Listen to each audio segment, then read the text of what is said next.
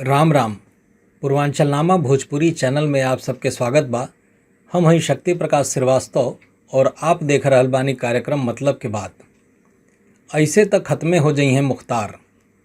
पहली बार जब योगी जी उत्तर प्रदेश में मुख्यमंत्री पद के शपथ लेले रहने तब्बे उ साफ कर दिहले रहने कि उनकर सरकार भ्रष्टाचार और अपराधियन खातिर जीरो टॉलरेंस के नीति अपनाई।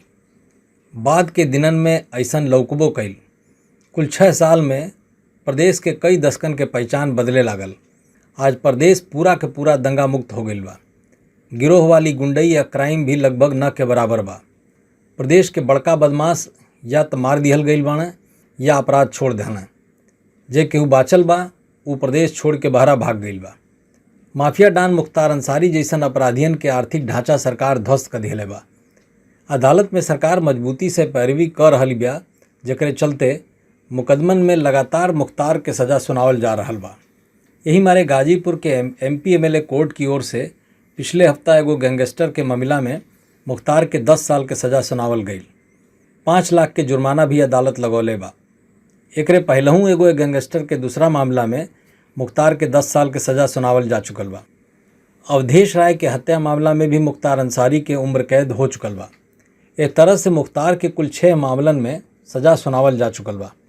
मुख्तार के आर्थिक ढांचा तूड़े खातिर प्रशासन इनकरे गैंग के लगभग 605 करोड़ रुपया से अधिका के संपत्तियन पर भी कार्रवाई कर चुकल बा।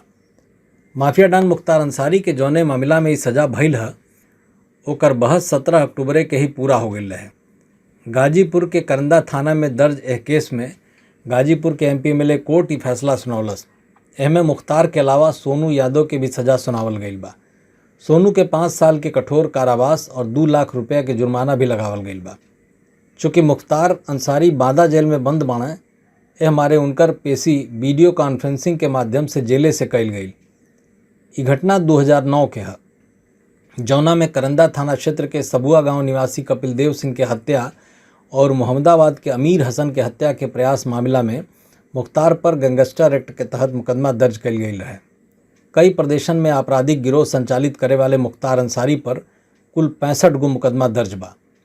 इनकरे गिरोह के 288 सदस्यन के चीन के उनकरा खिलाफ अबले 156 मुकदमा दर्ज कईल गई बा। इनसे संबंधित 175 लाइसेंसी शस्त्र धारकन के खिलाफ भी आवश्यक कार्रवाई कईल गई बा। मुख्तार गैंग के 5 गो सदस्य पुलिसिया मुठभेड़ में मारल जा चुकल बाने। इनकरा गैंग से संबंधित 164 अभियुक्तन के खिलाफ गैंगस्टर अधिनियम के तहत कार्रवाई भइल बा, जबकि 6 अभियुक्तन के खिलाफ राष्ट्रीय सुरक्षा कानून के अधीन कार्रवाई भइल बा। यह कार्रवाई के तहत लगभग 605 करोड़ रुपया से अधिका के संपत्ति के जब्तीकरण और ध्वस्तीकरण भी कईल गई बा। अभियुक्तन के 215 करोड़ रुपया से अधिका मूल्य के अवैध कारोबार भी बंद करावल गई बा। जवनी लेखा शासन प्रशासन माफिया मुख्तार सहित कुख्यात अपराधियन के खिलाफ सख्ती बरत रहल बा, ओसे ही लागत आज माफिया मुख्तार के आपराधिक कुनबा तो बिखरबे करी। एकरे अलावा वो भविष्य में बदमाशी करे लायक रहियो ना जी हैं।